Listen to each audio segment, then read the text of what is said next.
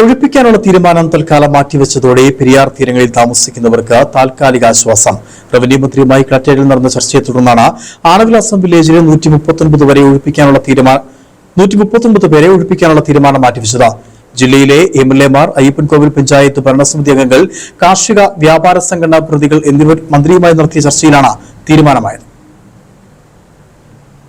ജലാശയങ്ങൾ കയ്യേറി നടത്തിയ നിർമ്മാണങ്ങൾ പൊളിച്ചു നീക്കുന്നതിന്റെ ഭാഗമായാണ് താമസക്കാരെ ഒഴിപ്പിക്കാൻ ജില്ലാ ഭരണകൂടം തീരുമാനിച്ചത്. ഇതിന്റെ അടിസ്ഥാനത്തിൽ കയ്യേറ്റക്കാരായ മുഴുവൻ പേർക്കും നോട്ടീസ് നൽകാൻ കളക്ടർ പഞ്ചായത്ത് സെക്രട്ടറിമാർക്ക് ഉത്തരവ് നൽകി. ജൂലൈ 24-ന് മുൻപ് എല്ലാവർക്കും നോട്ടീസ് നൽകി റിപ്പോർട്ട് നൽകാനായിരുന്നു സെക്രട്ടറിമാർക്ക് നൽകിയ ഉത്തരവ്. എന്നാൽ അയ്യപ്പൻകോവിൽ പഞ്ചായത്ത് മാത്രമാണ് നടപടി സ്വീകരിച്ചു തുടങ്ങിയത്. സംഭവം പുറത്തു വന്നതോടെ ചപ്പാത്തിൽ വ്യാപക പ്രതിഷേധമുയർന്നു. അഡ്വക്കേറ്റ് സിറിയക് തോമസ് എംഎൽഎ, അയ്യപ്പൻകോവിൽ ഉപതല പഞ്ചായത്ത് പ്രസിഡന്റുമാർ, പഞ്ചായത്ത് അംഗങ്ങൾ, കർഷക വ്യാപാര സംഘടനാ പ്രതിനിധികൾ എന്നിവർ മുഖ്യമന്ത്രി, റവന്യൂ മന്ത്രി എന്നിവരെ നേരിൽ കണ്ട് നിവേദനം നൽകി. ജൂലൈ 27 വരെ നടപടി നിർത്തിവെക്കാൻ റവന്യൂ മന്ത്രി കളക്ടർക്ക് നിർദ്ദേശവും നൽകിയിരുന്നു. തുടർന്ന് കഴിഞ്ഞ ദിവസം മന്ത്രിയുടെ സാന്നിധ്യത്തിൽ നടന്ന ചർച്ചയിലാണ് പുതിയ തീരുമാനം ഉണ്ടായത്.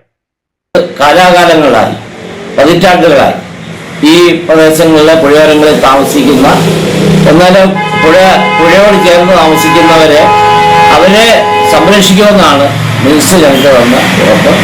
മറ്റ് അനധികൃതമായ എന്തെങ്കിലും കൈവശം ഉണ്ടെങ്കിലാണ്, അങ്ങനെയുള്ള കാര്യങ്ങളിലാണ് ചെറിയ ഒരു പ്രശ്നമുള്ളത്. ബാക്കിയുള്ളതൊക്കെ എല്ലാവരെയും സംരക്ഷിക്കുന്ന ഒരു നിലപാടാണ് ഈ ഗവൺമെന്റ് ഭാഗത്തു നിന്ന് ഉണ്ടാകുന്നത്.